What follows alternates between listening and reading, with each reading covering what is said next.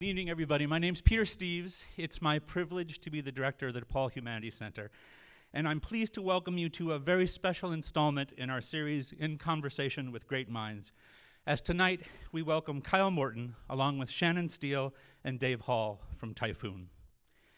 If you have not already signed up outside at our welcome table to be put on our email list for announcements of upcoming events such as this, I encourage you to do so later this evening. As always, everything we do here at the DePaul Humanities Center is completely free and open to the public.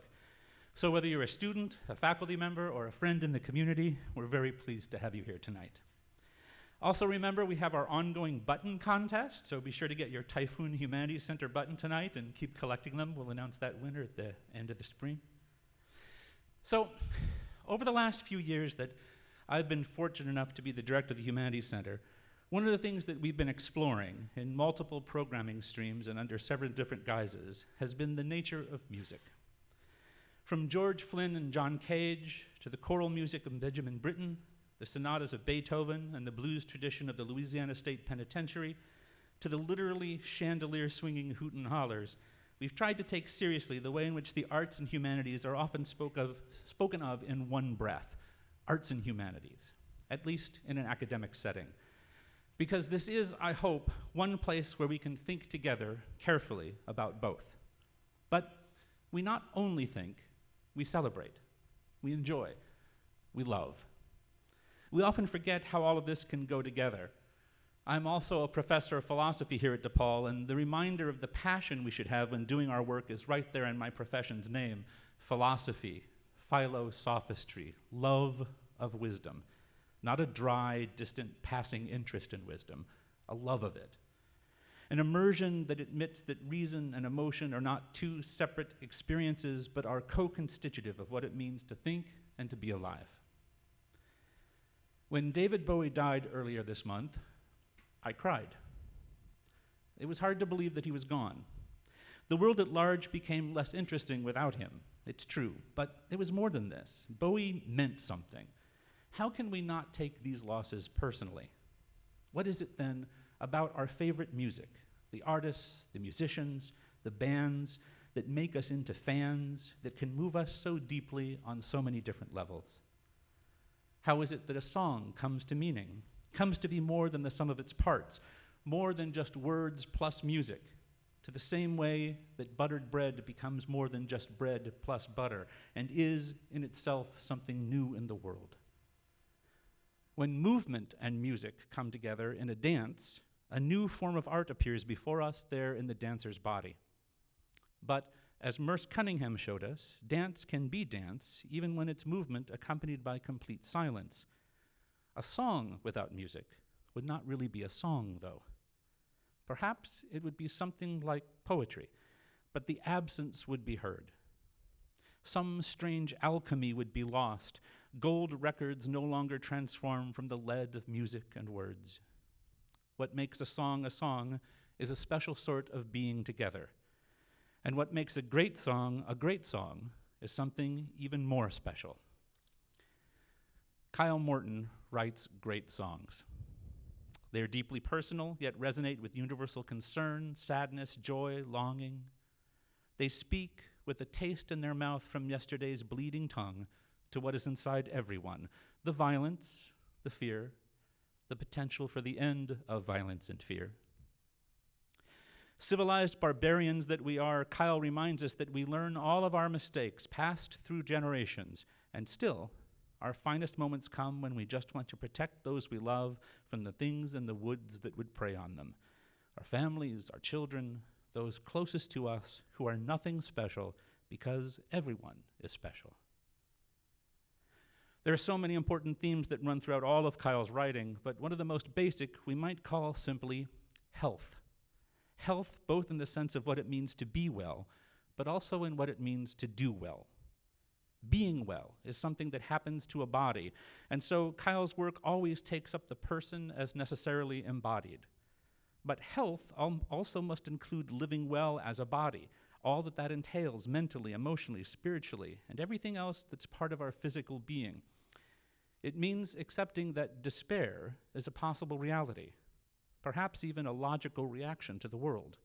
yet finding some way to avoid that despair, that illness that Kierkegaard called a sickness unto death, is always our charge.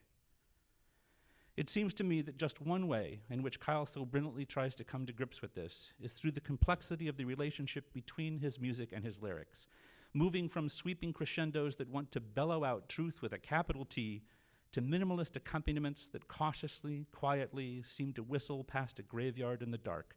A Typhoon song is always ready to explore the full spectrum of ways in which music can mean to our ears and our intellect. And one of its greatest strengths, I think, is the way in which the music and the lyrics always work together. Kyle's also interested in exploring what it means to be alone and what it means to be in community. He lets musical aporias, seeming contradictions, hang in the air to the point of tension. We're all alone in this together, he tells us, paradoxically.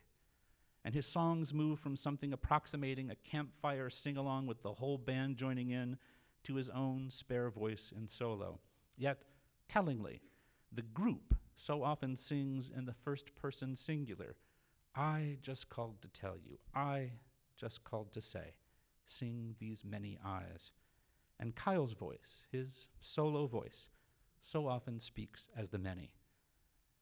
This is just one way in which great art calls everything into question.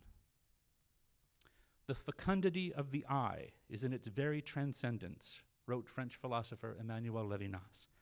But Kyle said it and sang it more beautifully, perhaps even more truthfully. If Sisyphus had to push the finest indie rock up a hill each night, it might sound something like the existential longings of Typhoon, mournful, knowing, yet unswervingly looking for hope, even if they're sure and not sure that we deserve it. We are forever caught up in the absurdity of an existence that demands suffering and loss, but eternity may yet smile on us all here, maybe even tonight. And it is thus with Camus that we must imagine Kyle Morton happy. I am so happy to have Kyle with us here this evening, and happy and honored to introduce him and a mini Typhoon to you.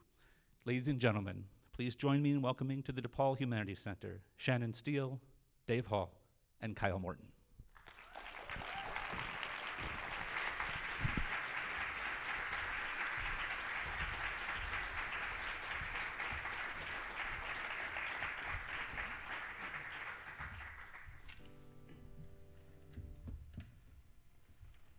I am susceptible to flattery.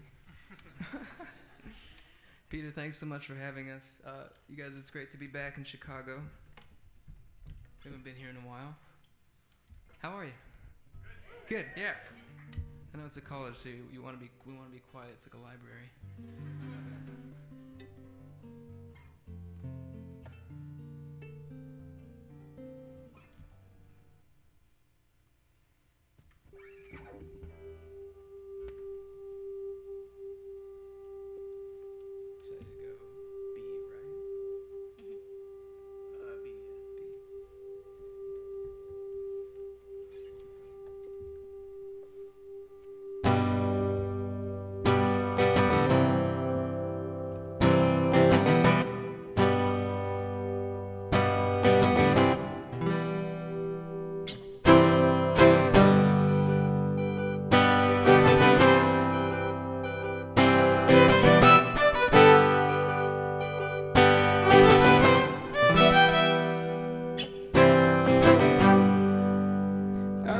September, and like everything else I can't remember, I replaced it with scenes from a film that I will never make.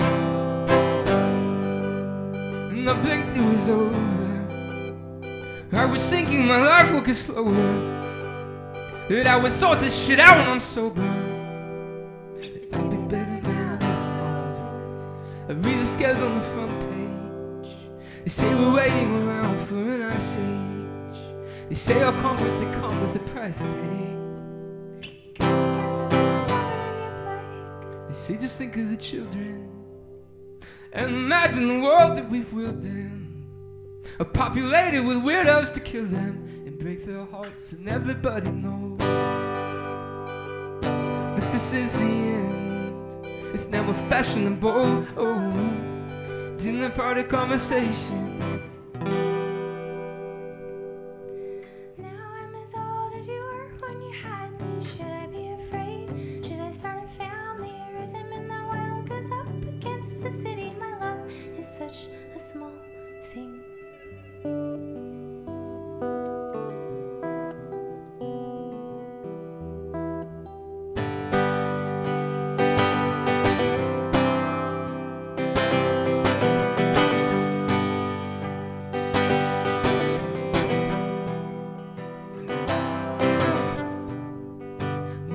Your heart, you had your whole life before you ever want with the door. You grow up, you'll be an astronaut,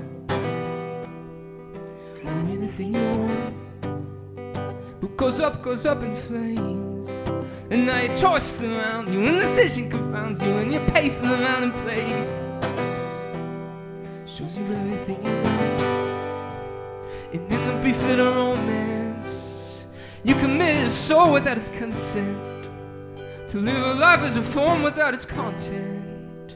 'Cause young people get bored every day. Young people get bored.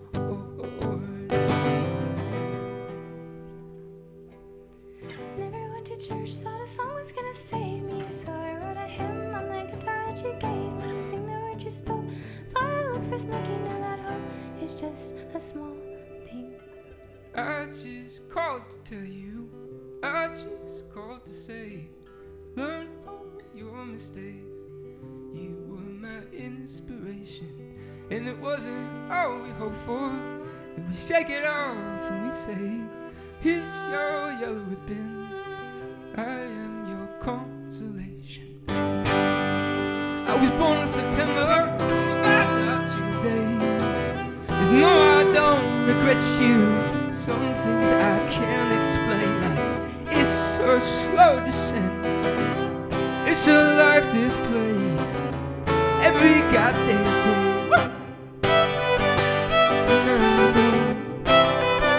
No matter where you go, that I will follow, that I will follow. You are my only hope. It's not much, but it's all that I know. Here's how it goes. I just called to tell you, I just called to say, learn all your mistakes, passed down through generations. Thank you.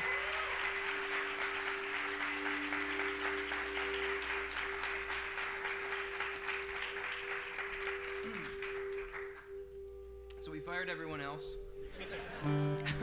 They've been replaced by loop pedals.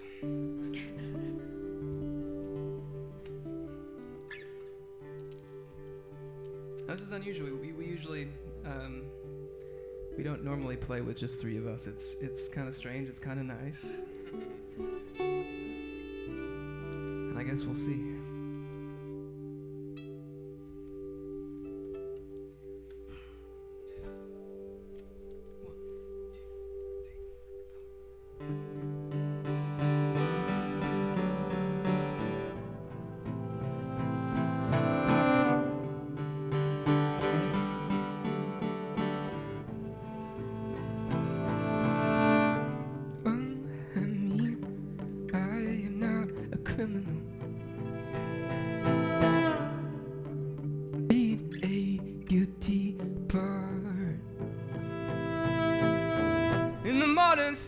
That one pretends that life is original.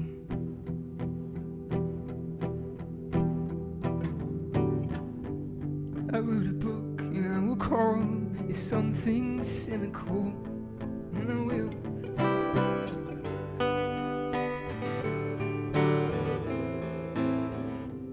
The story's slow, the hero does not change, and if he can, then he won't. Anyway, instead of friends and lovers all become identical.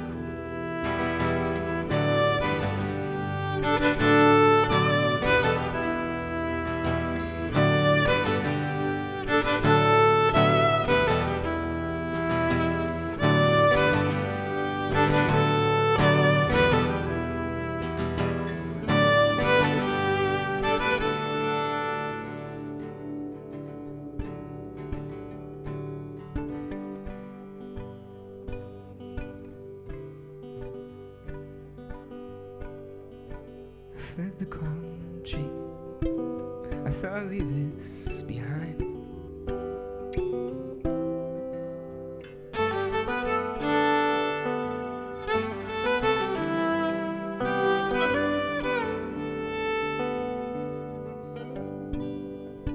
But I built the same damn house on every acre I could find.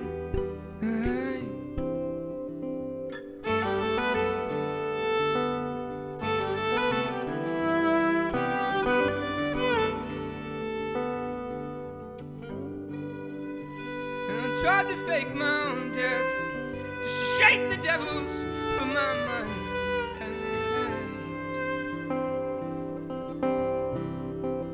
And I said, unhand me, I'm not a criminal. And if I am, I paid the man, just let me go. Soon enough you will be dancing at my funeral.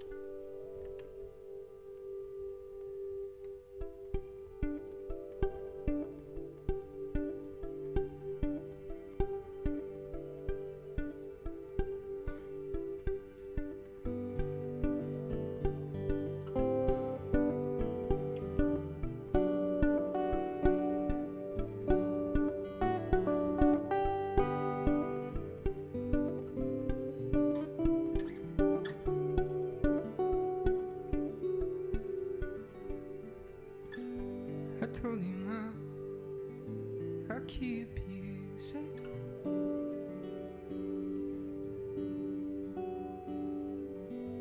And the sun will expand to consume our house in flames. I thought we lived forever, a single obstacle in our way. Let it go, let it go, let it go.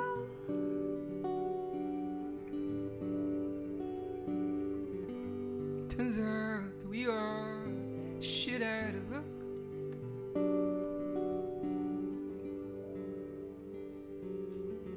There are things in the woods that will prey on the things that you love. And they'll come through the phone. This is the sound of a wild pack of hungry wolves. I won't lie to you, it will be painful, but it's in your nature to feel what is natural. And the sun will explode, but not before you and everyone that you'll ever know.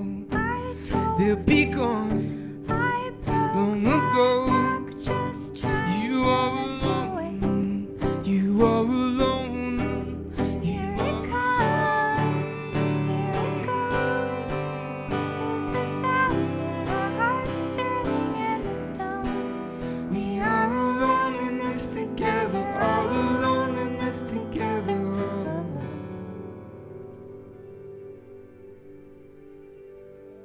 I haven't slept in several nights and I'm not tired.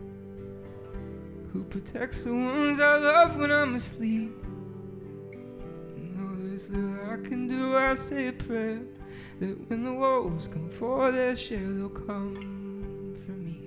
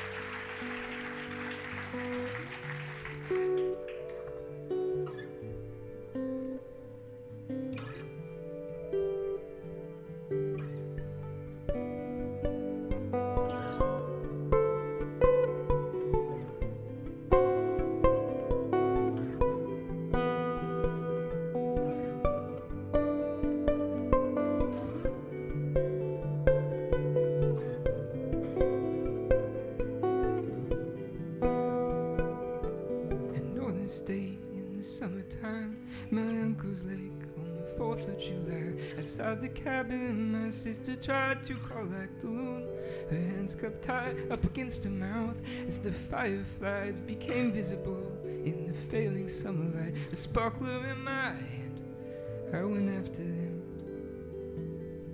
I wandered down into a quiet place where the grass grew tall as it met the lake. There was a different bug, must have bit my leg, though I never saw him.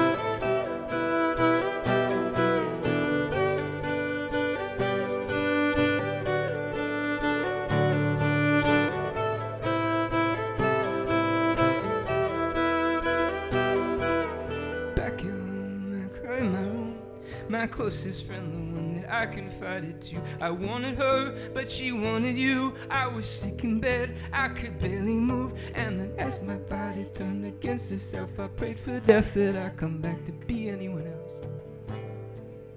Be anyone else. Be anyone else. As the sickness formed within my cells, you never loved me like the way you loved anyone else. You dig a hole, dig it deep enough, the truth buries itself and buries itself. And I disown my own family. For love, for love. And I was ashamed of my sister because she belonged to me when I wasn't good enough.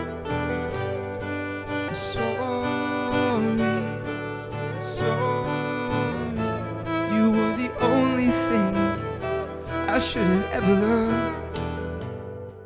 I'm sorry, I'm sorry.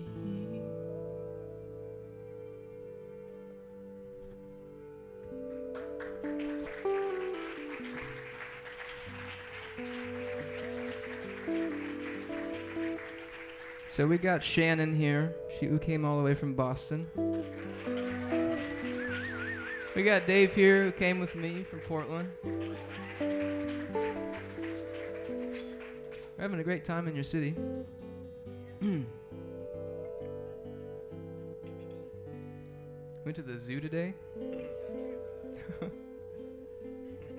is always sort of fun and depressing. But, you know. They had a cat. They had just like a house, looked like a house cat. And that was the real, like, postmodern experience. It's like, well, yeah, that's an animal. We're all animals. We're animals. Where's the second cage? Okay. Trying to warm you up a little. Warm myself up.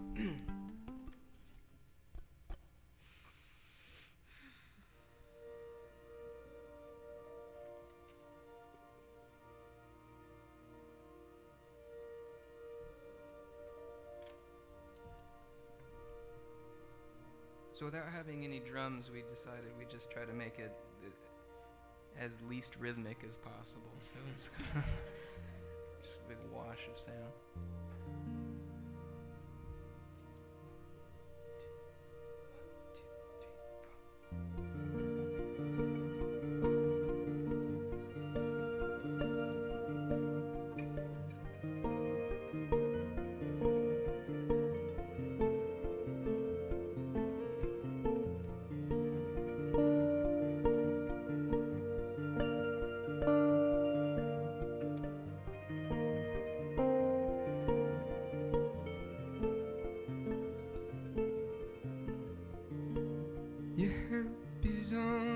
away. Just sing the same song and wait. Nothing was promised in the first place, but we suffer for as long as we can take. And then the suffering will weigh all the other. It will go away.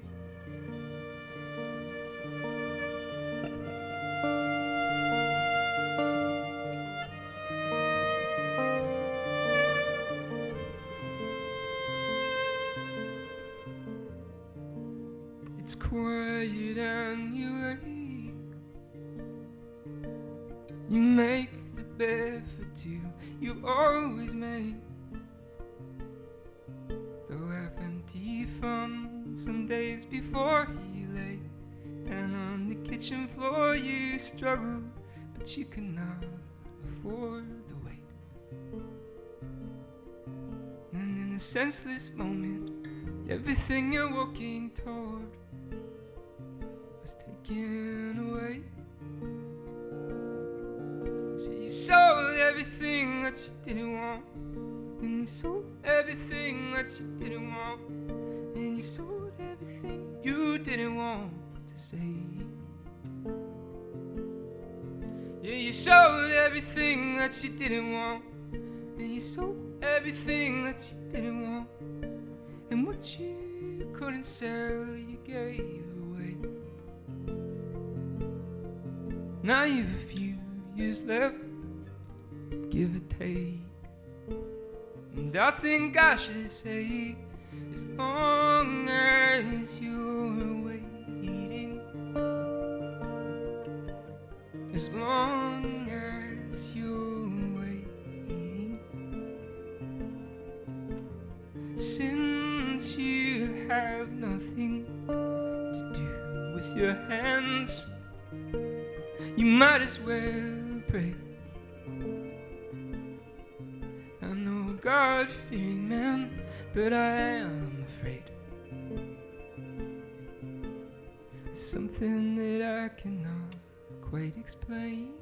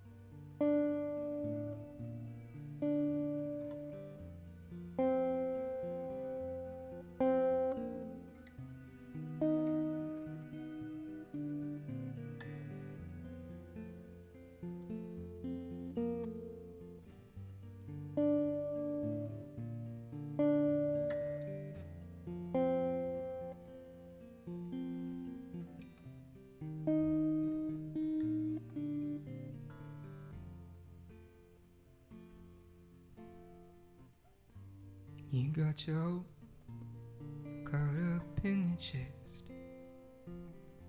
so that when you speak, it makes you swollen in the face.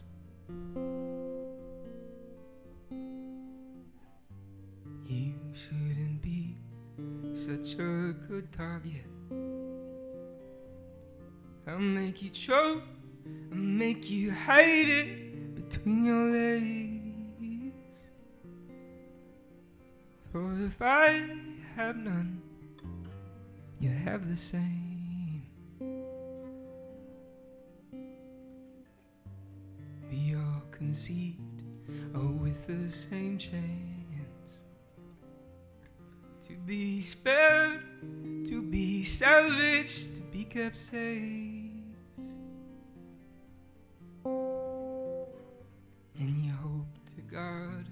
nothing bad will happen.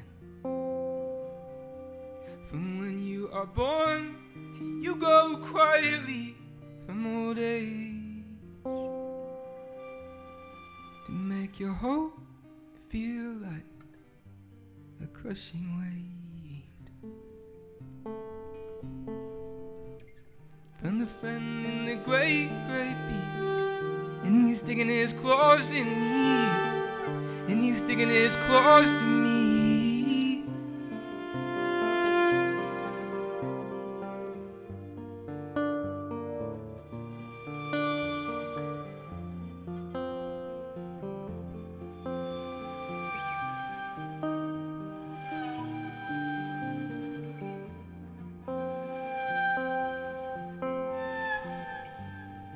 All degrees shall be level, because you know you have the right, you have the right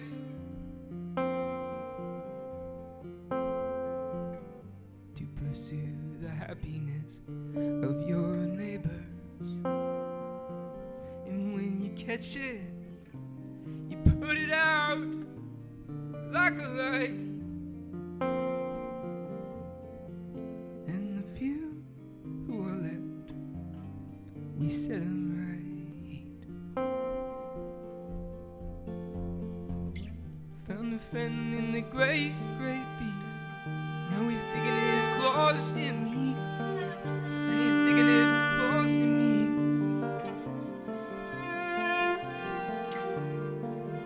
As he's sticking his claws in me, whispers the names of my enemies, whispers the names of my enemies.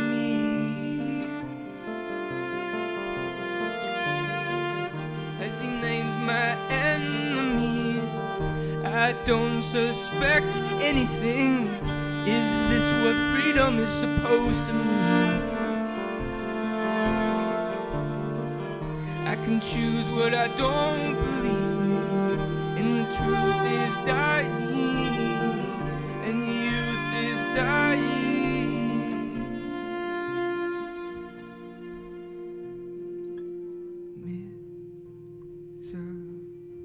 Misery loves company,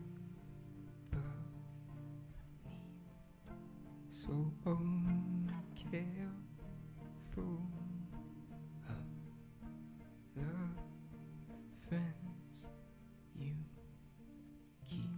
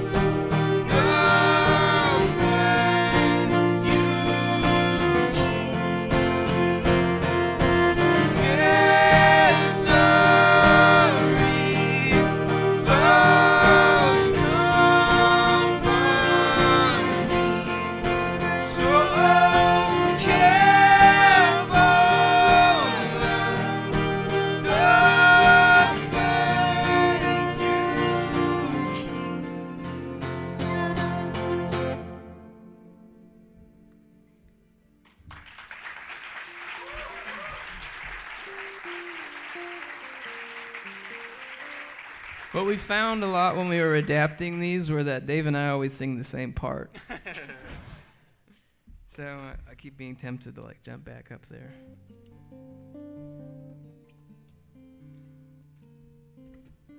Ah, yes. Back to death and dying. There we go.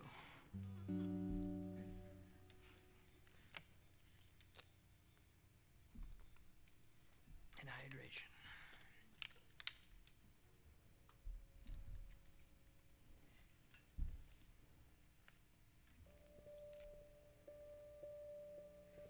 Hey, Kyle, you want us to sing with them?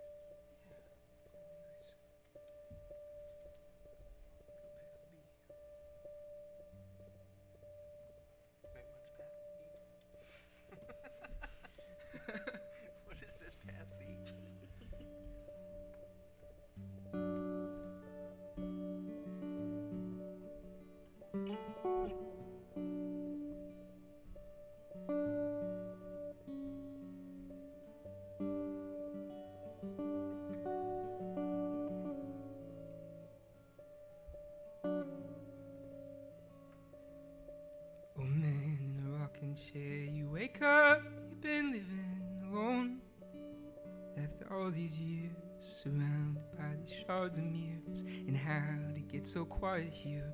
You wonder, where did everyone go? You try so hard to make people remember you for something that you were not. You were never. And if they so remember you, then something else will certainly get forgot.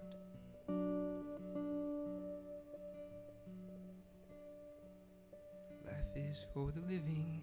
I've heard tell that it is while we are young. In the morning sun, you take every year as it comes. But when your life is over, all those years full of black and accordion, it collapses like a broken lung. It collapses like a broken lung. And I've only got one organ left, and this whole bag of bones is failing me.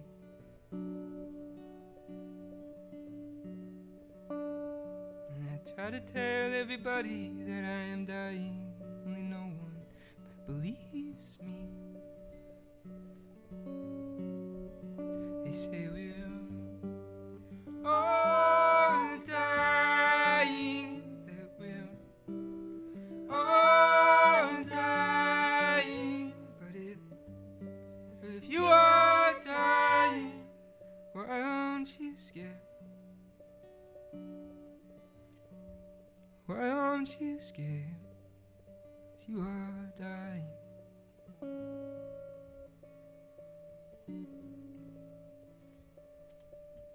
I read somewhere that when you face eternity, you will face it alone.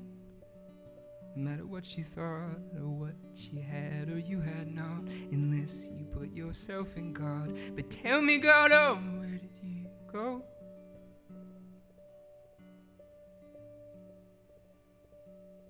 Every night I plead my case. Every night I pray that in the morning when I wake, I will be in a familiar place, and I'll find that I'm recovered and I am sane. I'll remember everything. I'll remember what I was like before that bug bit me.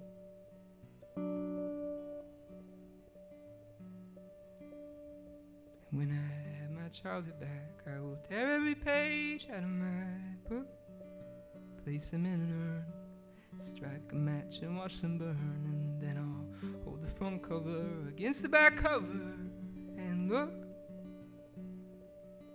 You see, eternity will smile on me.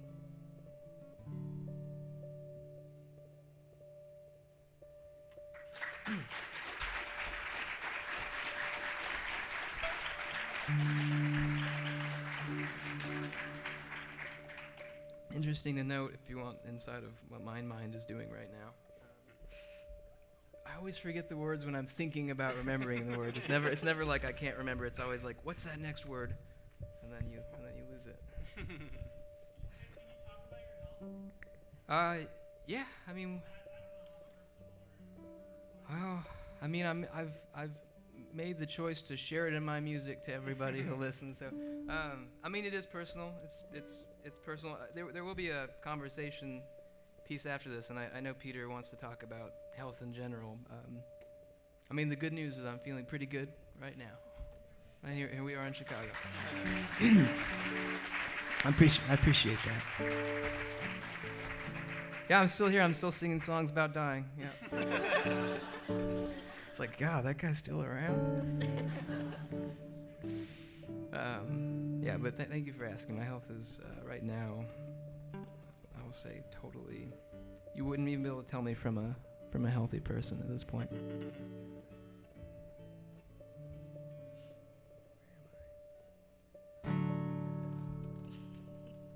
That D chord. Oh, what am I waiting for? A spell to be cast, for it to be broken. At the very last, some wild ghost from my past come to split me wide open. Oh, if I bandage my eyes, will you press in my hand a small simple token? I was born deaf or else you've never spoken.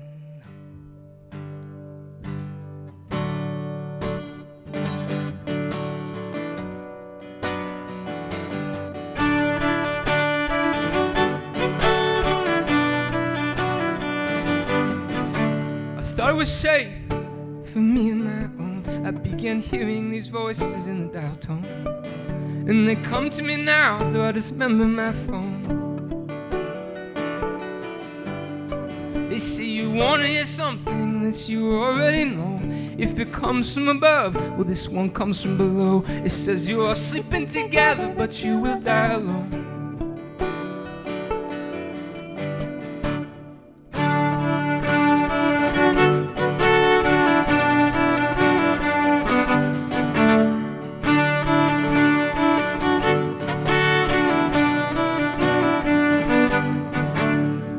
Safe, but the seed had been sown. As a child I aspired to be a superhero.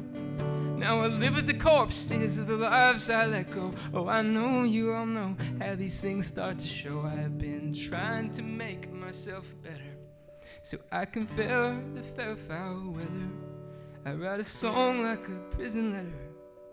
I write a song maybe to make me feel better. It won't break free my fetters.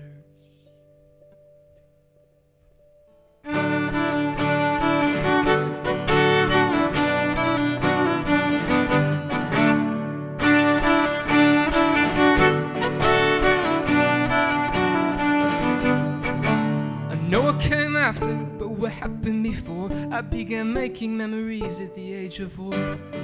Well, I learned to use words, I got jealous and bored. Soon I'll be passing out cold on the kitchen floor. Soon I'll be passing out cold on the kitchen floor, singing, when am I gonna feel better? I said, when am I gonna feel better? I said, when am I gonna feel better? I have been patient for a long time now. I've been patient for a long time now. I've been patient for a long time now. I've been patient for a long time now, and I will never be a younger man now. 1, 2, 3, 4, 5, 6. Oh, what am I waiting for? A spell to be cast or for it to be broken. At the very last, some wild ghost from my past come to split me wide open. Oh, if I hold out my hand, there is nothing at all, because nothing's a token. I will be good though my body be broken. I will be good though my body be broken. I will be good though my body be broken. I will be good though my body be broken. I will be good though my body be broken. I will be good though my body be broken. I will be good though my body be broken. I will be good though my body be broken. I will be good though my body be broken. I will be good though my body be broken. I will be good though my body be broken. I will be good though my body be broken. I will be good though my body be broken. I will be good though my body be broken. I will be good. May I want for nothing at all.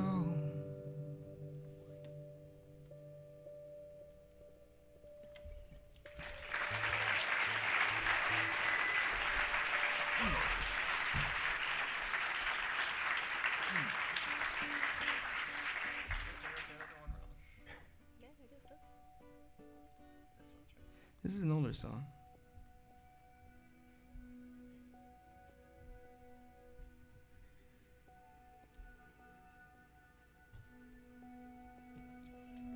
How about Dave's loops, everybody? I like Dave's loops. Got some good loops. He's the loop master. I was trying to have Dave's loops for the house music, but I get why maybe that's not a... We once made a haunted house for each other. We were staying at this place in Austin, Texas, outside of Austin, Texas, at a villa. And I went into the city and came back, and they'd set up like a whole haunted house with loop pedals playing the scariest shit I've ever heard. It was very, very scary. And I think I still... Do you have any of that on yours? I don't think I have any. I have it on my computer. Well, now I wish I could share it with you. It's like demonic.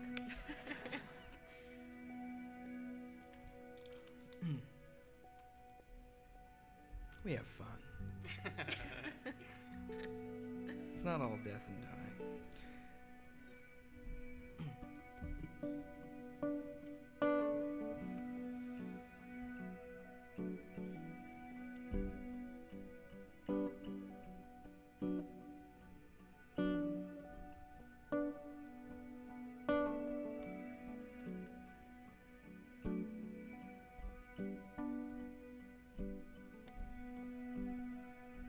I was lost out in the mountains.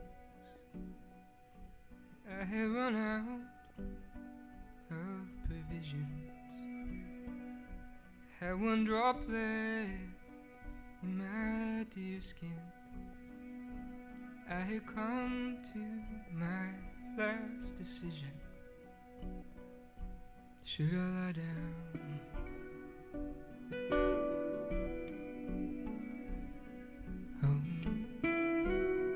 Should I lie down, or should I be laid down?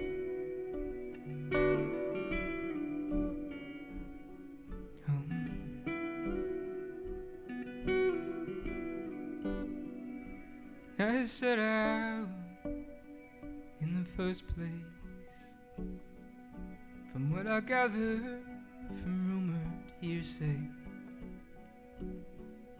I heard of treasure in a high cave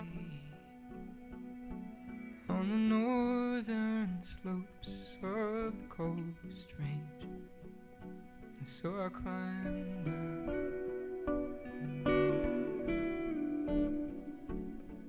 Oh,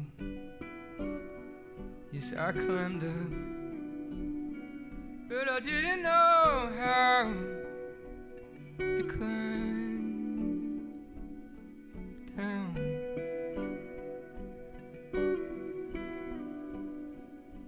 So I wandered through the foliage.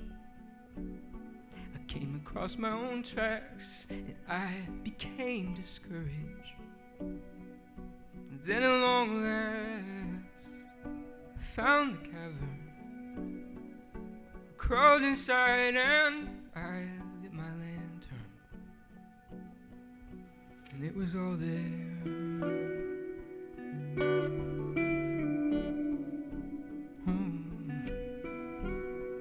It was all there. Just like they told me it would be there.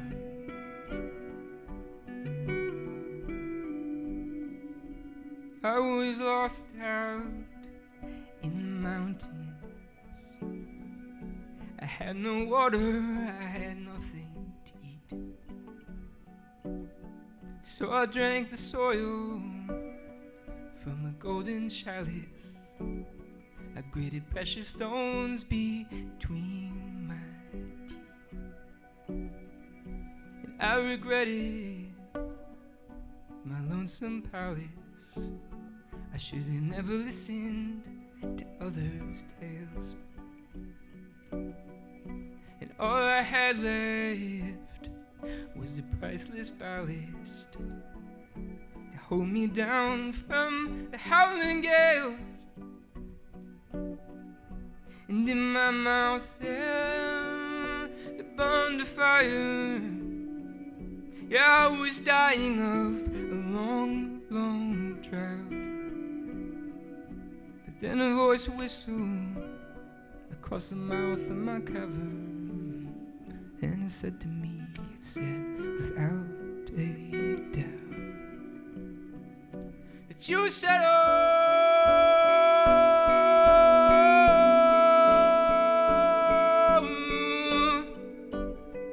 that you were shadowed by the water.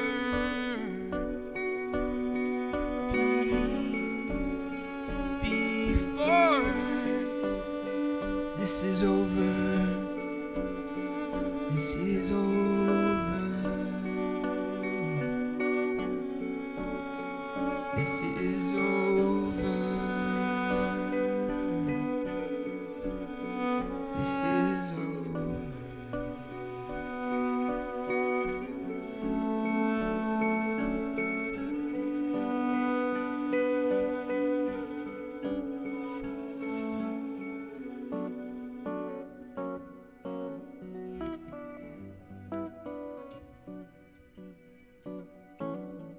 All my life I spent wasting time, wasting my time, just to forget again. But I don't mind, I don't mind. Just take my medicine and I'll be fine, I will be fine, I'll be fine.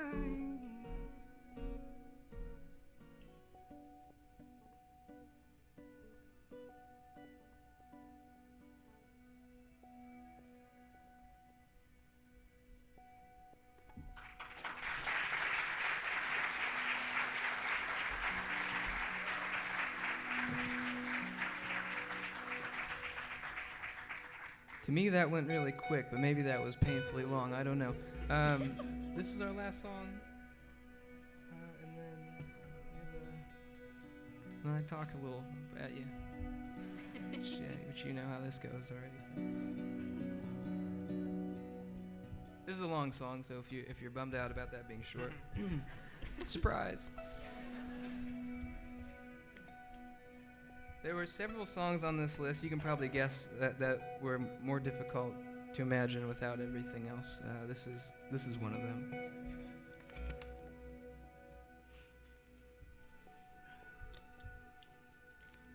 Stay hydrated. It's a nervous habit.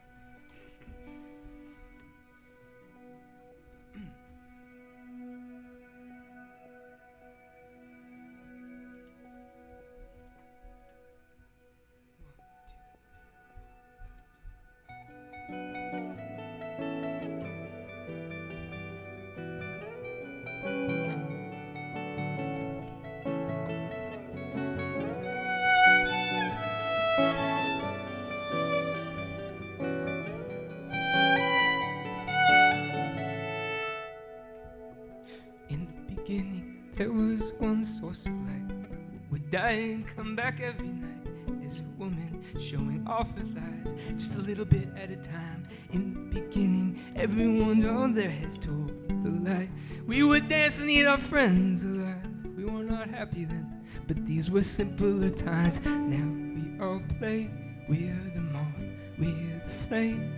We were aware of the danger, but we could not keep away. My eyes are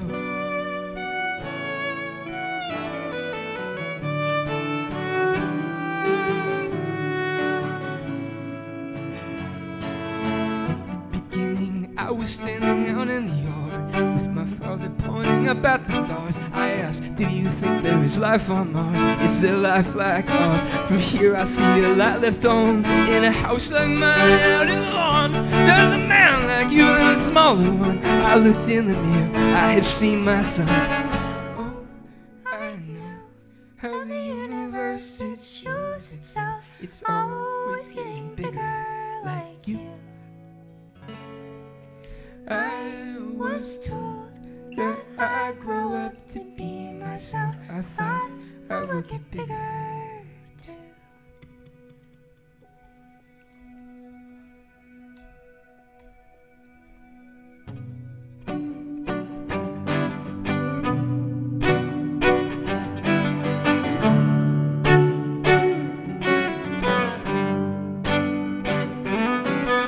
Look what I found, look what I found. Artificial light would come together. This is why we have lovers and why we have fighters. This is why the arms are particle colliders. Mine is a humble flame, just a little white light.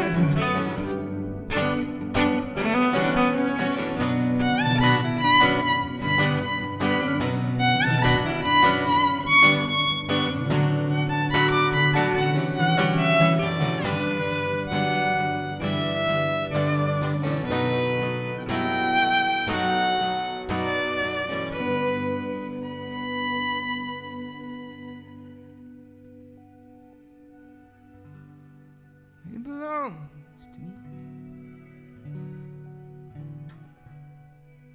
It belongs to me. It belongs to me.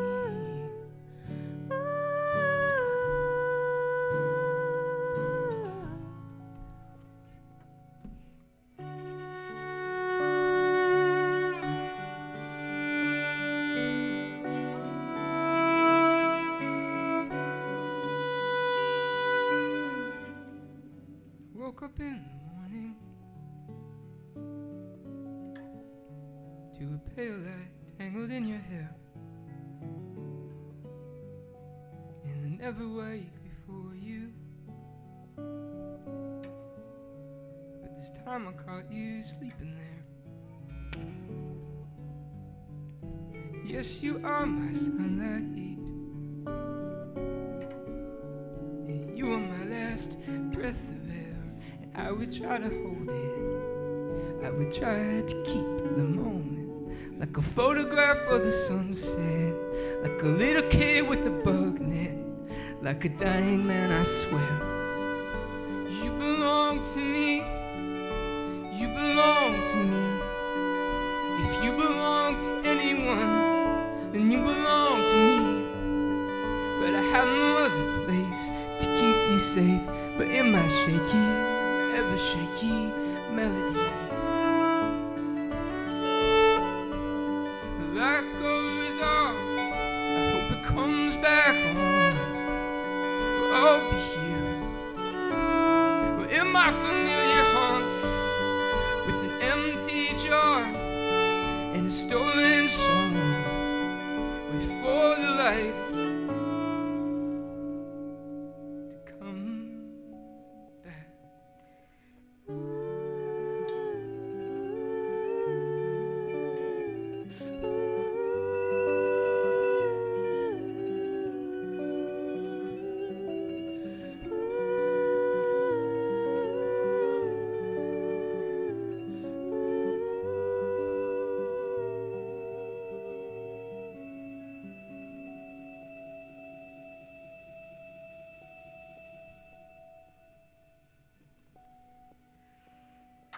Thank you guys. Really appreciate you coming out.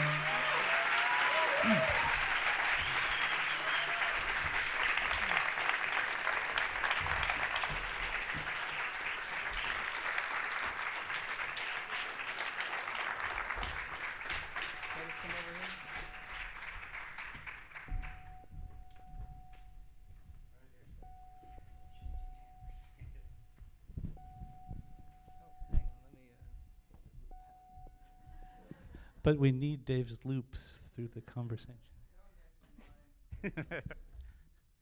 Well, let's thank one more time Shannon and Dave so much. That was beautiful job, guys. Just amazing. And thank you so much, Kyle, both for being here and also for putting together the songs with just 3 people. I know that was a bit of a challenge. That was a good challenge. It was a good challenge, and now I really we can just fire everybody and do this. God, they're gonna listen to this and they're just gonna hate me.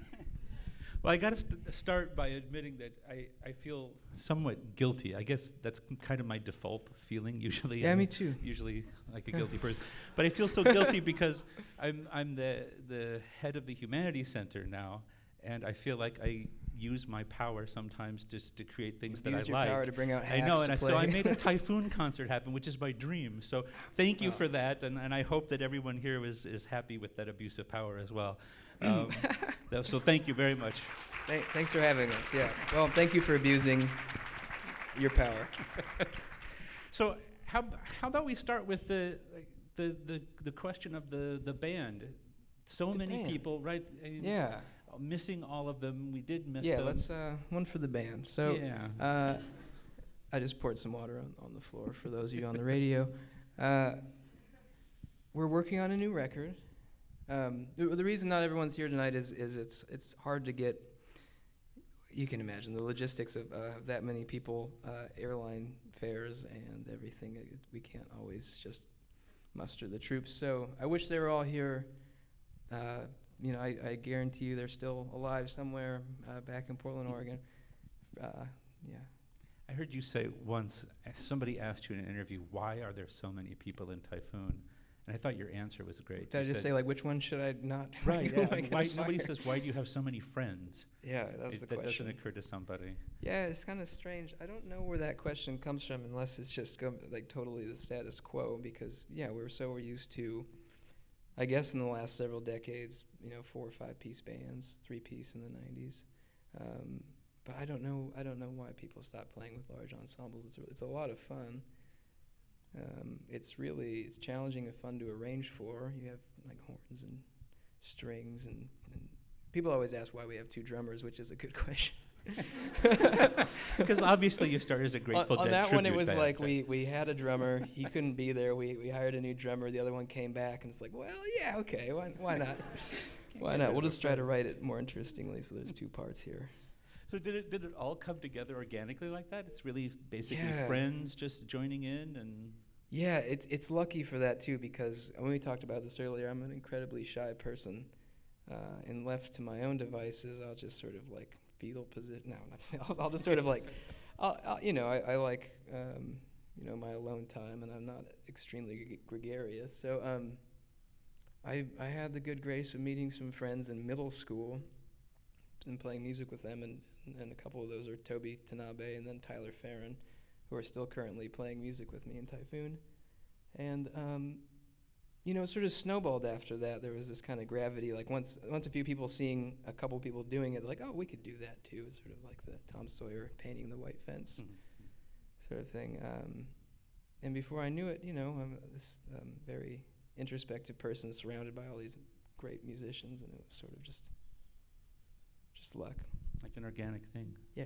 Organic, yeah. Yeah. People like organic now. And you're working on a new album. Yeah, we're working on, and I'm really excited about it. We didn't play anything that we've been working on because it's not ready, and I don't think this would be like the right time. I mean, I want to have everyone when we premiere what we're doing, but at first I started out like, oh, this will just be a collection of songs finally, no concept album, no overarching theme, and then as that started trickling in, and now I have this like grand scheme to remake Dante's Inferno. Of No, I'm course just not kidding. the That's Paradise. It's got to actually- be the Inferno with you. That's actually not this record, but I do have that idea of making the Inferno someday Rock into a opera. musical. Yeah. I'd go see that. Yeah, Yeah. but I've been doing that. I've working on some stuff on the side that doesn't quite make the cut for Typhoon. So that's been fun exercise in songwriting and recording. And that's a solo album. I don't know what it is. It's something. Maybe you'll hear it someday. Awesome. Yeah. If I say it doesn't make the cut for Typhoon, that's not really a good sales pitch. Here's my shitty songs. All right, so the question of your personal health has come up in an unexpected way actually tonight. But Yeah. in my introduction, I talked a Yeah. little bit about health, so maybe that's a place where we could really start in earnest. Sure. It's a major theme in your work, and it's something Yeah. I think that is important contemporary. Well, I for- think everyone seems to be sort of obsessed with health, which will is good for me because I write songs about it. But but yeah, you're right. I mean, it's not just. Where would you like to start? There's so many things to be said about this. Well, there's both the personal, so stories about your own health, Right. and Right. then there are overarching questions of What does health mean? What does health mean? What does Yeah. it mean to be a What's body? What's the and difference between health and sickness? What's the difference between sickness and dying? Because that seems to be completely confused these Yeah. days. Should we start with the personal? Yeah. You talk, I know, about the bug bite, the Lyme disease, that it comes up so Yeah. often for you. I don't want to dwell on it, but it is so Sure, important, sure. I know. It had a major influence on what I would write about. when I first started songwriting, it was terrible. It was just, I was in middle school, and I was just rhyming things, and with that kind of like superficial depth to it, just writing about sad things, because that sounded, what I'm doing now, basically. But but then I kind of went down this thing where I wanted to write songs like from a storyteller, singer-songwriter perspective, and that went okay.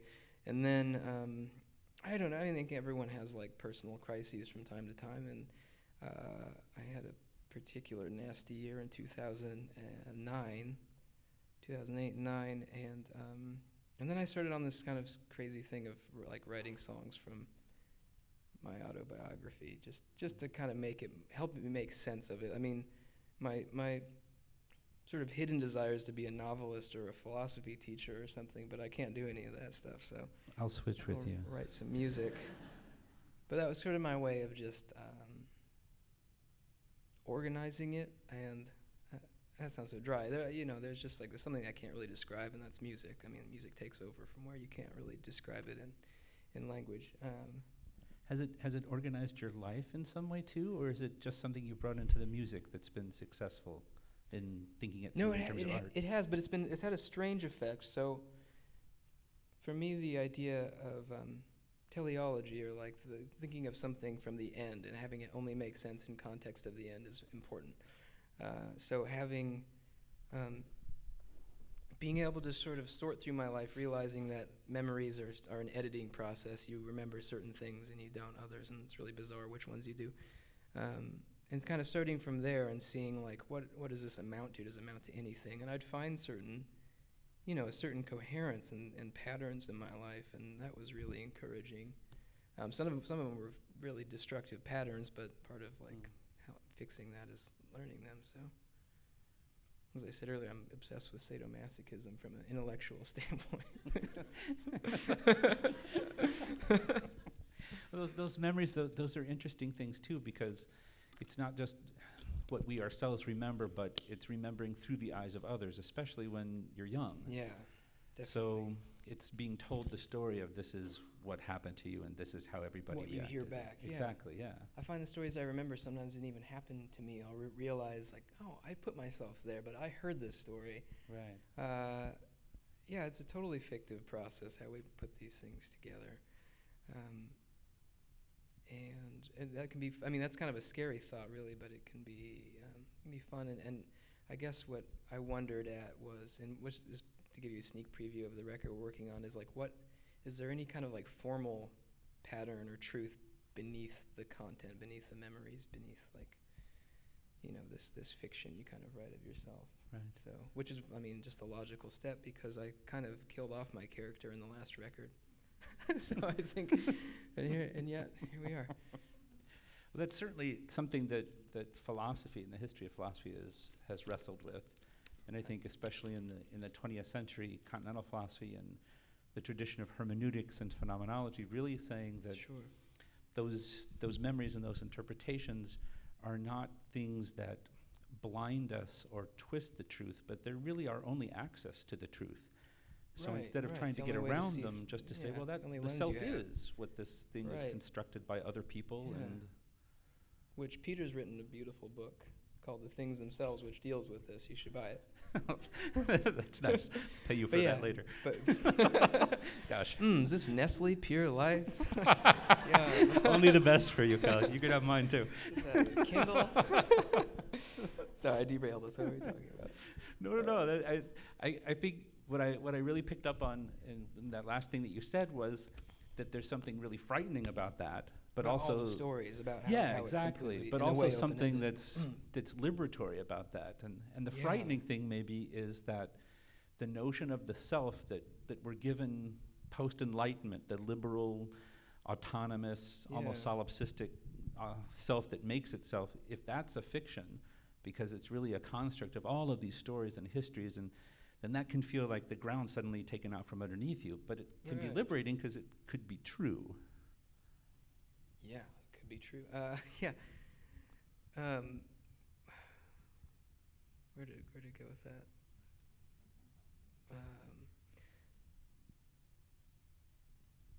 Let me ask this then. So, to go back to your own biography, when I hear you talk about the bug bite sometimes, one of the things that comes to mind is a very Greek notion of some small failing, like an Achilles heel. Oh, sure. You know, The, just the mythological. exactly, yeah. That this tiny little event can have such a huge impact. And Yeah.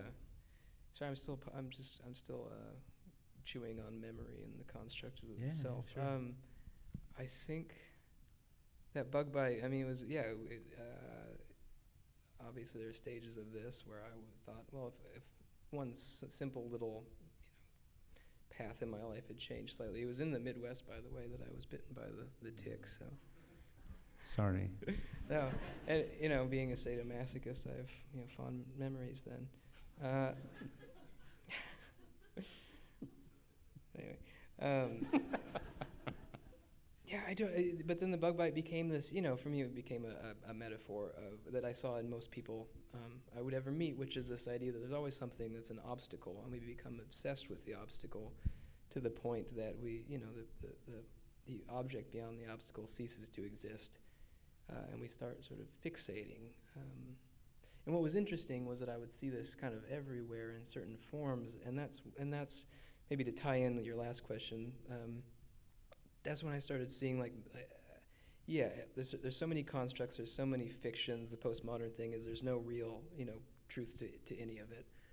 It's all relative. But then I started seeing these people in unpredictable ways, and yet they still seem to adhere to certain patterns having to do with the self they wanted to be, the self they're given with, and the tension between those two things. And I became obsessed with that because, for a long time I wanted to be anyone else, a healthy person. Even someone who's not sick can understand this in middle school when you just feel so awkward and you feel like this body of people constitutes some kind of conspiratorial mass and it's just you. It's easy to feel like that and feel that like if there's just some way to be something else, and then we tend to find some reason for why that doesn't happen. Yeah. And for me, it was that. And then I think if I said anything interesting about it is that it's a bug bite, and it did change my life. But but it was trying to get over this. At this point, I'm sort of there's many reasons I am thankful for my health problems, and not because I'm a sadomasochist. I'm not really, but there's many reasons I'm thankful for having, having this monolith of death just forced into my life, because it gives this feeling of an ending, and then in context of the ending, you kind of are able to. It turns up the volume on the things that are important or emotional, and it can turn down the volume on everything else. Yeah, that makes sense. Yeah. I was just thinking as you were talking there, I read Stephen Hawking. I think it was something that he wrote and not said. But You see what I'm up against. yeah, well, conversation with great minds, right? He's a physicist before he was chair of the humanities. Stephen Hawking. It's a very personal thing, because he said that he wasn't sure whether he would be the person he is if he didn't have the illness that he had. So he always had the interest, but then there's something weirdly almost offensive about saying, let me take your suffering and get some greatness out of that for everybody else. Yeah, there's a problem there, because there's this. I think there's a lot of reaction against now the idea that suffering pays off, because it's used to make people suffer. That narrative, when imposed on someone, is a terrible, cruel thing, and then it's used to rationalize it, like, oh, suffering is good. That's not. So it's hard to sort of tease out that. On the other hand, if we're striving for modern life to be sans all suffering, sans all pain, it expresses itself in weird, sort of grotesque sorts of pains, like complete numbness of being. So I don't know what the answer is. I'm not saying like go out, get Lyme disease and suffer a little, but you will. You'll suffer a lot. Everyone will suffer a lot. That's the thing, I think, right? That's the point. It's so personal, and yet it is universal. In the same way that I think we're all the middle schoolers. There's a universal thing. Yeah. Suffering. Right. And that small moment that becomes the big moment, I think in many ways we all do that. We Right. find that moment and we say, that's the Right, linchpin that was of my that was the narrative. point. At some points, I was trying to write a record that followed the life of the self, the self that branched out at that point. Right, Like, right. oh, he'd be, tall and handsome and all the things that, whatever. At this point, I'm kind of convinced I'd just be writing like worse songs, and I'd have a terrible relationship with my girlfriend and my family. Right. I was on a path of destruction, and Path of it just destruction. scared me straight. So that maybe relates to the question of health in general too, because you said that there's this idea that of course we're all going to be sick at some point, Right. and there are perhaps many ways in which the medical industry that we have set up is an attempt to, in some way, not make that so, right? Not to accept that. Right. I do have firsthand knowledge, and then this is something I'm interested. So I've read a bit. But yeah, it seems that at a certain level, no, I don't think anyone would argue against medicine of some sort. Right. But we were talking about this earlier when the MO is that death is a sickness that can be cured. It opens up a whole host of problems, not least of which is these are people that are still dying, and now they have no way to deal with that. Like someone dying in the hospital would probably rather die at home. But as long as it's treated as an illness, then they're going to stay in the hospital. Yeah. And that whole, the whole, I don't want to say ritual, but that the setting, the scene of that last intimate moment ends up being kind of taken from you and your family, and it gets sort of co-opted. I don't know, co-opted, and not by any person. I mean, I owe my life to doctors, so I'm not like doing some kind of anti-medicine thing. But at a certain point, that's the question to ask. And I think understanding the metaphysics that is immortality is probably important at this age. That makes sense. At the age when we might figure out how to make it work. I don't know. It seems like an ideology question, not blaming individuals, but just that there's a particular view of what it is to be a person, what it is to have health Right. that has taken over, and that may not actually be promoting health in some ways. Yeah, I mean, we talked about Ivan Illich and Medical Nemesis, and yes, and he was rather, he was pretty provocative in all the things he said, but he was saying that you have a right to your own health, and you have a right to, medicate yourself, whatever that means.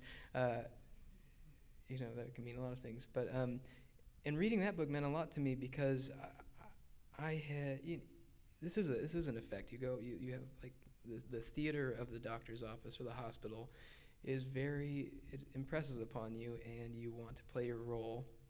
And part of that is giving up your idea of health. And at one point, it's like, well, I need to go to the doctor to make sure I'm okay.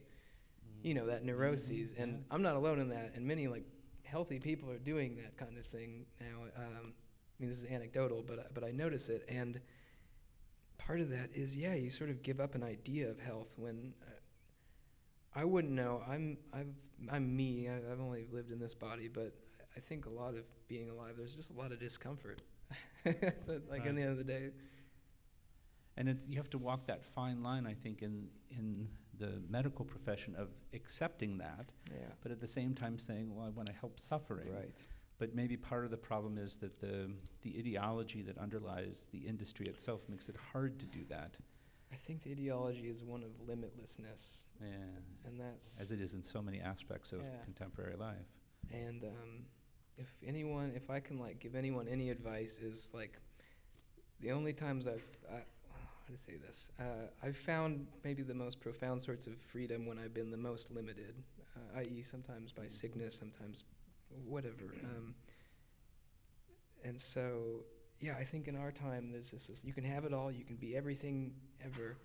And Durkheim, the sociologist, talked about this, the wall, Durkheim's wall. It's that you have to have this, you could be anything you want. You no longer, your profession isn't passed down, it's not set for you, so you have to decide that. That was set, and then you could kind of move on to other things. And now, I found growing up, it was like, oh my God, I need to decide everything, and that is a kind of,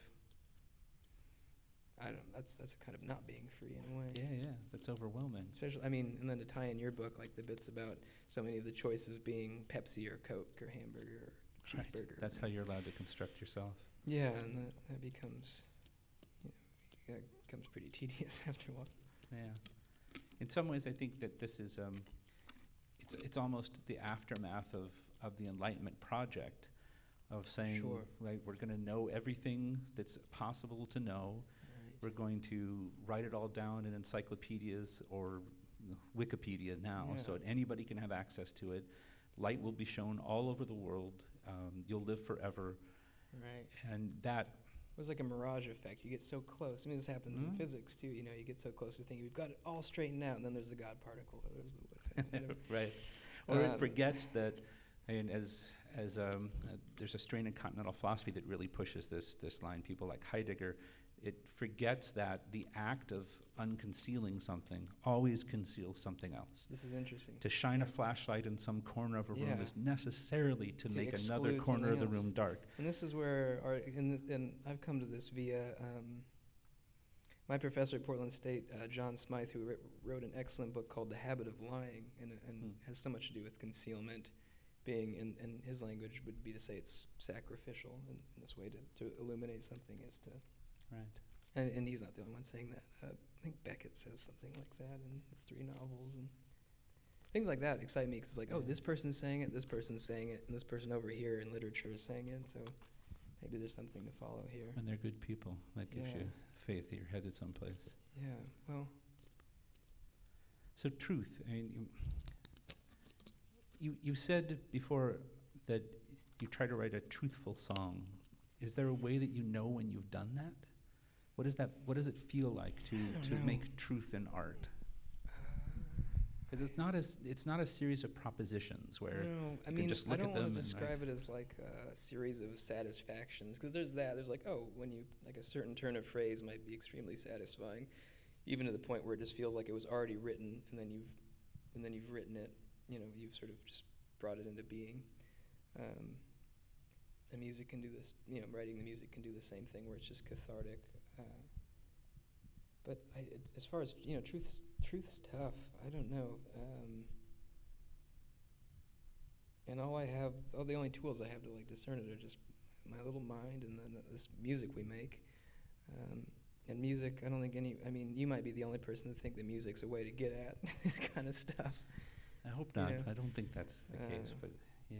But One of the reasons I think that art can really help us get at that is because, and this is just because of the tradition that I come from in philosophy called phenomenology, right. and it's tried to solve some of these problems of the relationship between our perceptions and the world precisely by saying, well, maybe we've been too worried about that and too thinking that Too worried about the object of truth. The exactly, objective truth, and right. thinking that our subjectivity somehow gets in the way of objectivity, that subjectivity is bad. Right. And instead, it would say something like, for instance, the table that's here in front of us with the clock and the waters, if we were to ask what shape this table is, so if I asked everybody here in the room with us, what shape is the table, and everyone would say, well, it's sort of square, even though no one in the room right now is seeing a square, right? If you had to draw this, it would be some sort of weird parallelogram, trapezoid kind of thing. And in fact, the only way it would look like a square, it would be dangling If we straight were over. levitating. on Exactly. top. So then That might the be fun, question, wouldn't it? it would be, Yeah. right? Mission Impossible style. How good's your funding here? So then the question, what is the real shape? Right. Right. So you have a history of philosophy that says, oh my gosh, what is the real shape? Because our Yeah. eye is Right. not giving us access to that. So one of the things that phenomenology comes along and does is says, well, what it means to be a square is to appear as a kind of slanty parallelogram from a distance, because that's Right. exactly how a square should Right, look from right. that. That's a perfect square.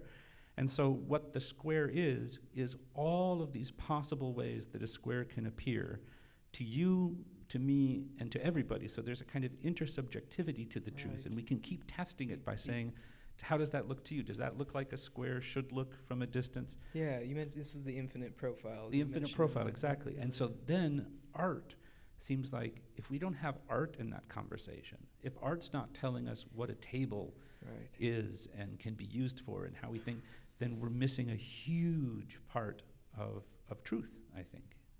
I agree. I mean, I think the whole division between the arts and sciences, or the humanities and the hard sciences, is somewhat, how to put it? It's exclusionary, or it's the shining a light somewhere. And I don't know why.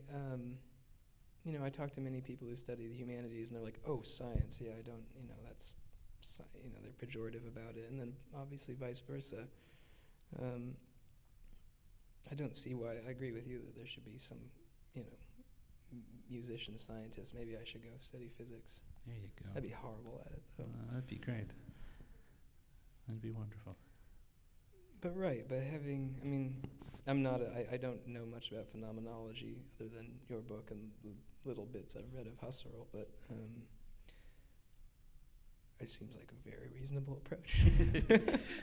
I guess I bring it up just because Yeah. it seemed reasonable to me, so that's why I bought into Yeah. it. I don't preach it because that's what I happen to do. I Yeah. do it because it seems that it makes sense. I think And it just looks like you're doing that. You're Yeah. shining a light on these different ways of something appearing okay, that yeah. really Well, open that up. I'm flattered by that, and if I do that or not, what I really like about your ideas and about this is that, it forces you to take everyone's perspective, and that's, a problem. And I think everyone's sort of aware of this, is that there's so many narratives being told, and we all know that they're excluding someone. Right. How you can make how can you can get every voice heard is a whole other problem, really. For sure. So And Ivan it- Illich never used microphones because he thought it was oppressive. Makes sense. As you know, I'm something of a Luddite too, so Right. this is high-tech trivia right now. So let's, we're going to have a couple of questions from the audience, maybe in a few minutes, so maybe have time for 3 or 4. There's a microphone there. If anybody wants to line up behind the microphone, we'll get to that in just a couple of minutes. But before we do that, let me go back to the death and dying and sadness and despair, Why because not? this it's something we don't have much in common, because you're just a fantastic artist, but this is something we have in common. I think about this all the time as well. Sure. And the question of how to find meaning in the face of death. I suppose we could say in the face of suffering too, even when we admit that suffering's part of it all. But Right. certainly in the face of death, which seems to annihilate. And it's Right. one of the biggest questions, I right. think, and it's one that certainly medicine doesn't want to ask, and we don't ask on an everyday basis either, but it might be one of the most important questions there is. Yeah. I imagine everyone's had that thought when you're lying, if you're going to sleep and suddenly you just go to think of that nothingness that awaits you at one point. And it's terribly frightening. I mean, I won't lie and say, like, I'm not afraid to die. On the other hand, I guess I'll say this. At times when I lose track of, when I lose sight of the gift I have, the sort of borrowed time I have, when I lose track of that and start just taking it for granted, my life starts just resembling a large to-do list, and it's really terrible, because it's just this endless procession of, oh, now I need to do this, now I need to do this, and there's absolutely no real meaning or feeling of finality to it. So that's why I say I get thankful for having health problems, because every couple of years it comes in and like whacks me on the head, and it's like, okay. Remember this, and it's going to happen, and hopefully, at this point, I'm just trying to outlive all of my family at this point, because I think that's the merciful thing to do. Like, then I can go, someone told me that wanting to die for someone is when you should ask them to marry you, and then I think there's like a further step where it's like, I'll live longer than you. Like, you can go first, and then I'll wait a couple days, and Jacques Derrida says that's the beginning of every friendship. It's the realization that one friend will die before the other. Right. And it founds friendship in some sense. Yeah. Yeah. That's interesting.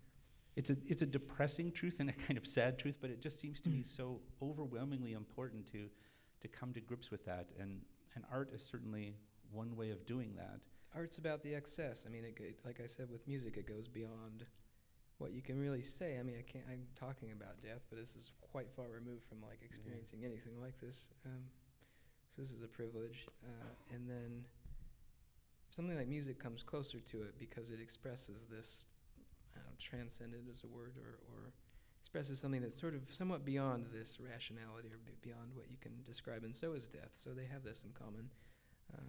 And I would, you know, you can apply that to art in general. Music's interesting because it's, you know, purely abstract and it has representation only in time.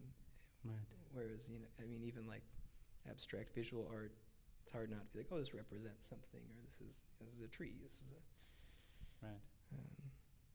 or this is not a tree. Yeah. Or one way of a real tree being present, Right. just there on the canvas. But that temporality of music seems to be really central to its being. It takes time to unfold. It's an event. It's not a thing. That's what a song is, right? Yeah. Yeah, it's which is strange in repeating the same songs over and over again, because the Kierkegaard thing is, can you really ever have repetition? And I'd be like, because I do these songs every night, and eventually they get very old. But yeah, there's never. I think that's. I mean, you guys all heard me. Like when I would like lose a word or something, there's always this feeling like there's someone keeping time, some immutable force keeping time, and I have to keep up with it. Right, You know? right. And when I'm playing music the best, I feel like I'm in step with something, and it feels really neat to be part of something that feels, you know, beyond. But at the worst, it's like, oh, this is so fleeting. Doesn't really barely exist, but for like a little tiny instant. And then if you whiff the word, then That makes sense.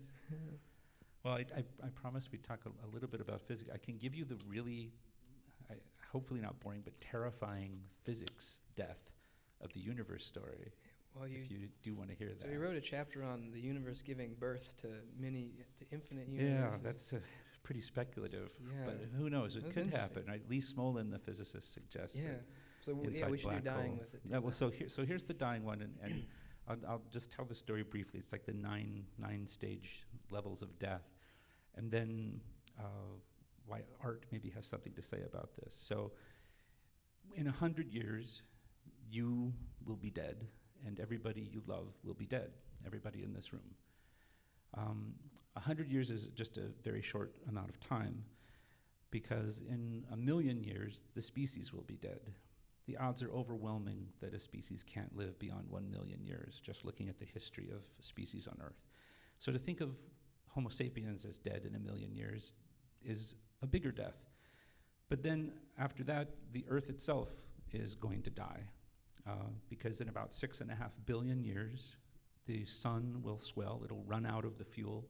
It's a nuclear furnace, and the forces that are balancing between gravity pulling it in and the nuclear explosive force pushing it out, that will overpower it. It will swell into what's called a red giant.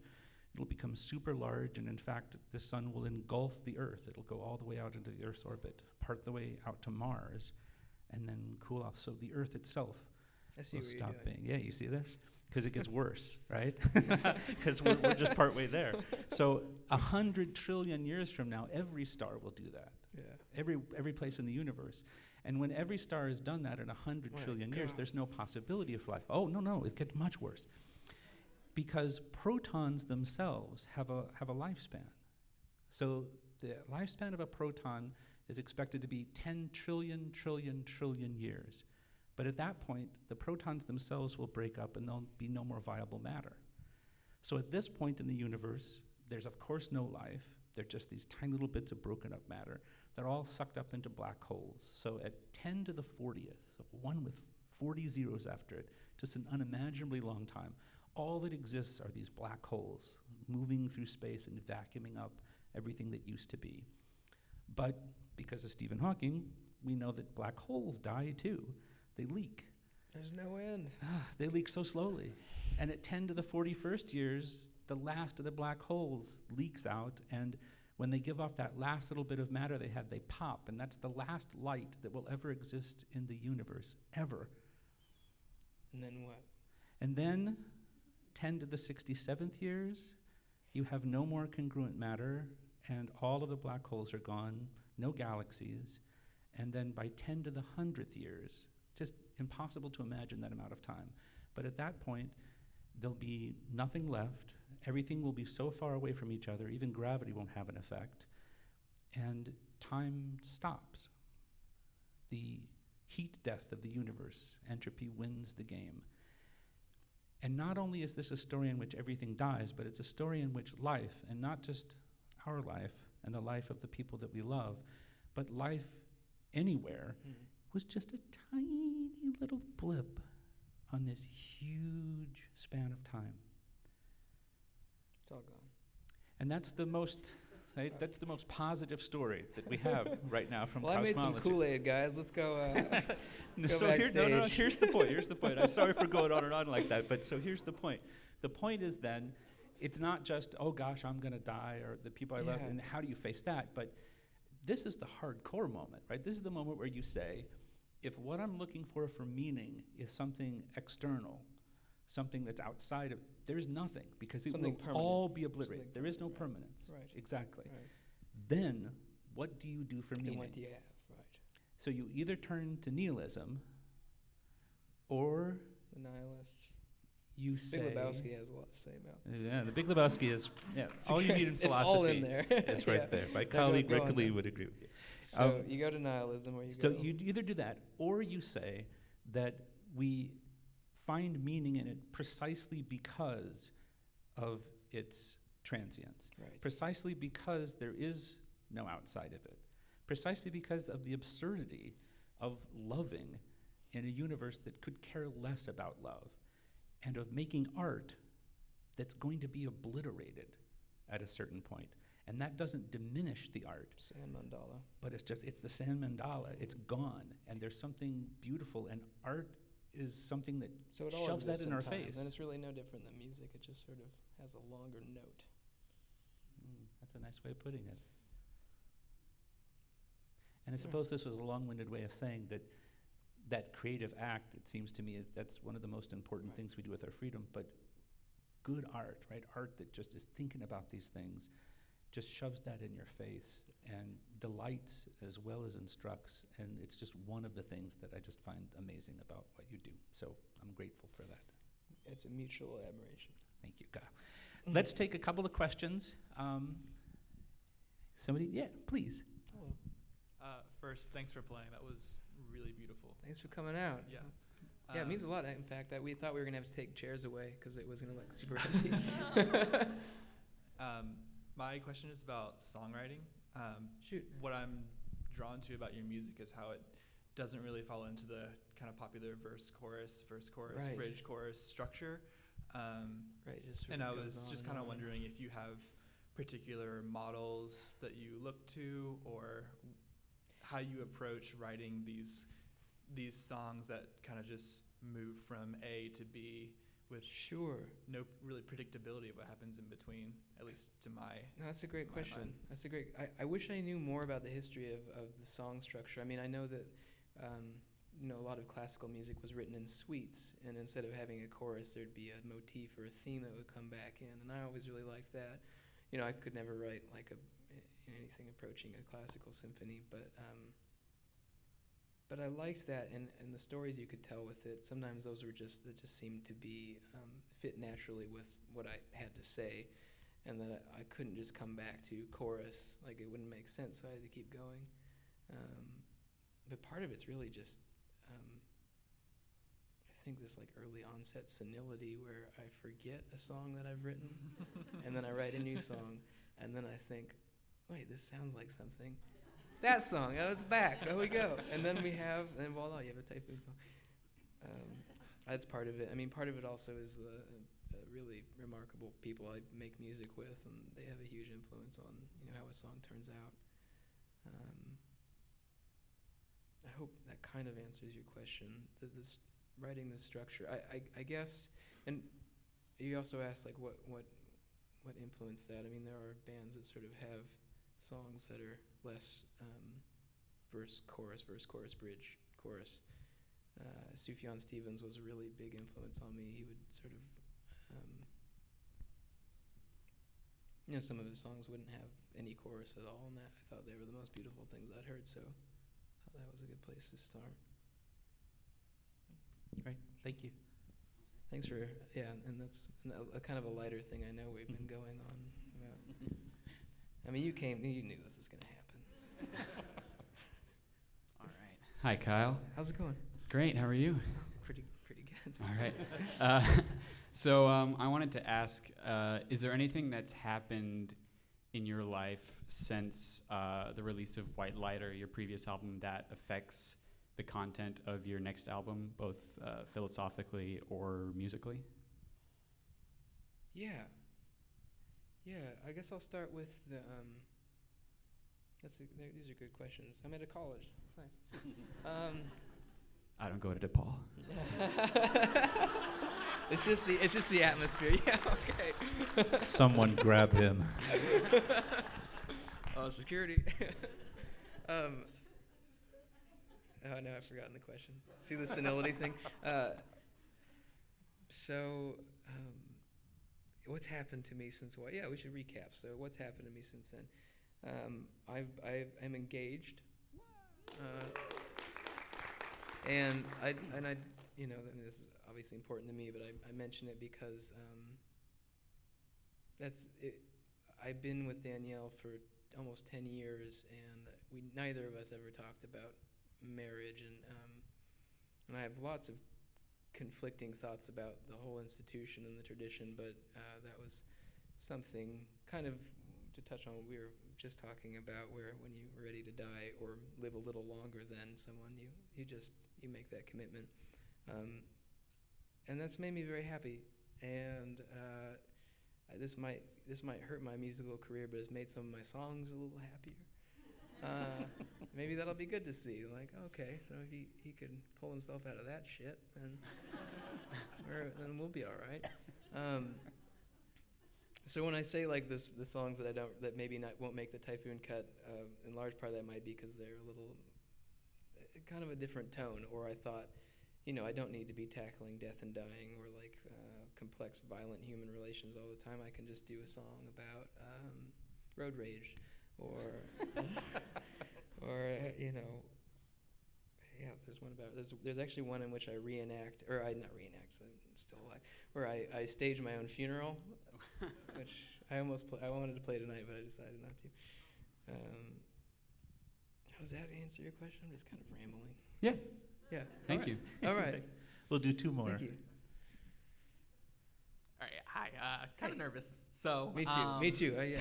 You're doing a good I actually just moved out here around 3-4 weeks ago, and so I was gonna drive to see you guys from Oregon because I lived in Are you California. from Oregon? But I didn't get You to didn't have to, 'cause drive up, yeah. and then I moved out here, and then randomly, coincidentally, you guys are now here. So it's Ah, fantastic. I guess my that question was happens. kind of touched on with the first answer. But I hate that when I'm in line for a question. Right, and I the didn't want guy to in sit front down of me because gets then it. would think like, oh, It he's too happened to nervous me. to I was ask. at a Zizek thing, and I had this question, and the guy in front of me asked it. I was so angry. So I've been a huge fan since I saw your Well, song thank you. on an episode of Chuck. Oh, The Honest cool. Truth was on Yeah. the episode of Chuck, and so. I never saw that show. Is it any? Oh yeah, favorite show of all time. All right. All right. I mean, guess- I just say, oh, TV, sure. That's funny. One of the biggest draws to your music that I constantly go back on and love is that it always loops and it always connected with one another. And I was Yeah. wondering, you kind of answered in the beginning, but like what makes you guys create music that way? Whether it's like Claws Part 1 going to Hunger and Thirst with Claws Part 2, or how Right. Sickness Unto Death ends with Eternity Will Smile, and the introduction to that album is Yeah. The Honest Truth. So I mean, just there's so really many. Yeah, that's a good question. There's so many reasons. I like the continuity. I mean, I like this in all art, where there's sort of, and maybe this is the postmodernist in me, but not just that. That you like the callback or the self-reference or the something where you bring it back in a different context. I mean, one could say that I just keep writing the same song over and over again, but on the other side, like, you guys ever watch the films of Wong Kar-wai, the Hong Kong director? Anyway, I've been really influenced. You should. Tumbleweeds. You should. You would like, and they're not. Yeah, they're fun movies. Watching his movies, he kind of makes the same movie every time. He uses different genres. He'll do like one's a kind of martial arts movie. One is a assassin movie. One is, anyway, I could just go on. But they all kind of have the same structure, but you can feel him developing this idea, and for him it's this idea that that love is difficult, or being exactly the same amount of love with two people is really difficult to strike that balance. But then he has sort of like technical things that will kind of mirror this, and I like that too. So if the subject matter is coming back around, it seems appropriate that the music would come back around. And that's not postmodern at all. That's just kind of, because that's what I think is good art, when you bring something back and it's necessarily changed just from where you've been, the whole in between. Perfect. Thank you. Thank you, and welcome to Chicago. Yeah, welcome. Hi, Kyle. Thank you for coming tonight. Thanks for coming. I'm nervous just for the sole fact that the last 3 questions were huge fans of yours, though I've only heard of Typhoon recently. That's great. Yeah, That's no. great. So, but consider me a huge fan now.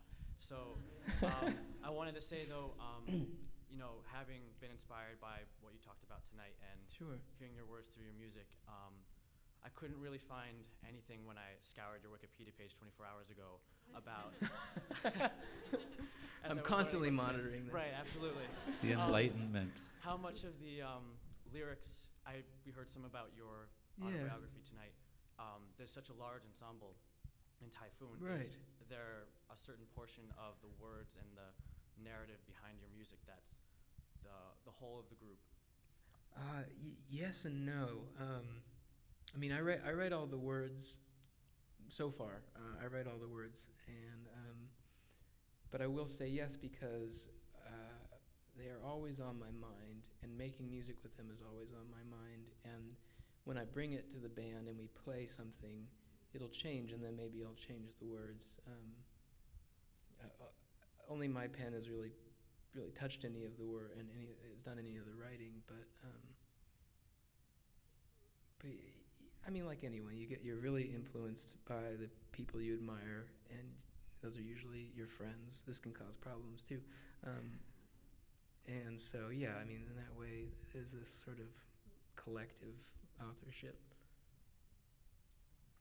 Thank you. Thank Yeah, you. sure. Thank you. Those influences, I think, get back to that question also of memory, of how other people tell us those memories Right. and make us who we are. And I think that's another thing that art does, that Right. we turn to art, and one of the reasons we're drawn to an artist or a band is because we're saying, yeah, It's they're kind of telling an me expression of who I memory. am. Or it's Yeah. yeah, right. And so I guess I just want to thank you for, for better or for Peter, worse, for thank you so helping much me for make having us I out am here. who I This am, and is- I bet a lot of other people out here as well. Thank you. May I ask you, Yeah. for one last thing, how about an encore? All right. Thank you so much for having us. Yeah, Thank of you, course, Kyle. of course. Bring Dave and you. Shannon back up here.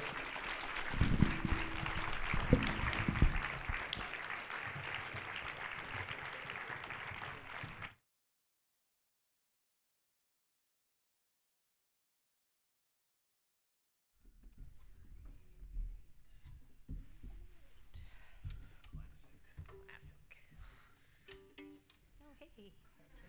And we're back.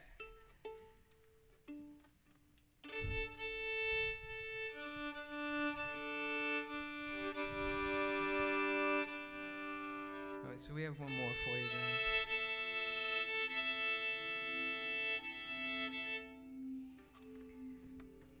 I want to thank the Humanities Center for having us out here, Peter, Anna, Danielle, Derek from Radio DePaul.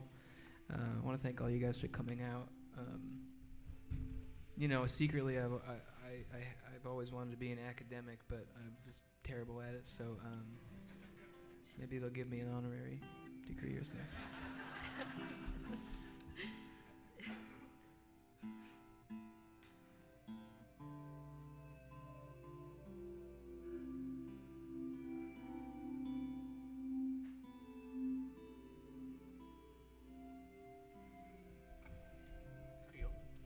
Yeah.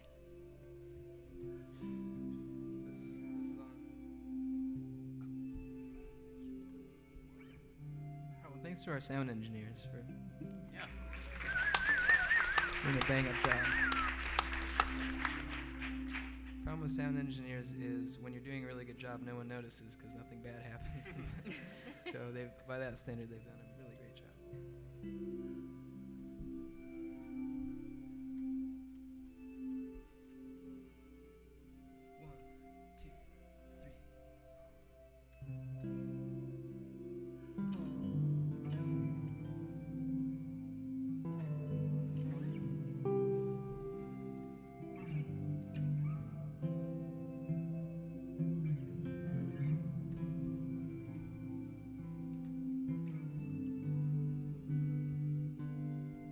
I will never leave you broken hearted.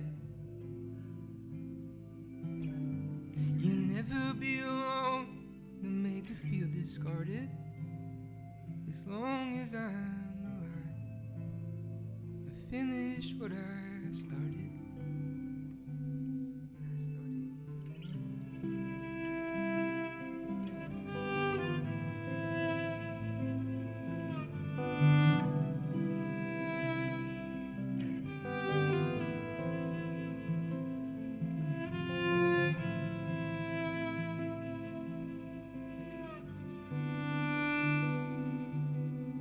Years ago on your pretty face will grow strong and hardened.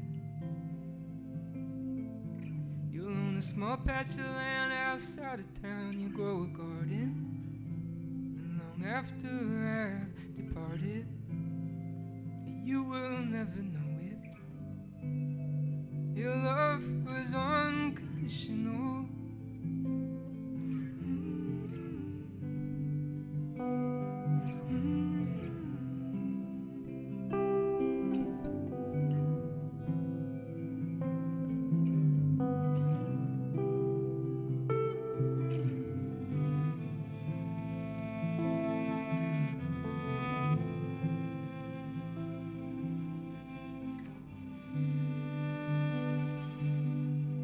Tried growing up and I found that it's more appealing. I stopped hurting myself and turned my hands out where you can see me. And I know that it is a good thing that you don't have to love me unconditionally.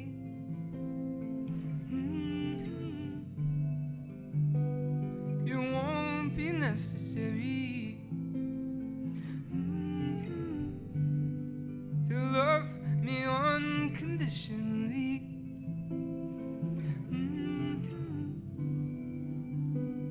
It won't be necessary to love me unconditionally.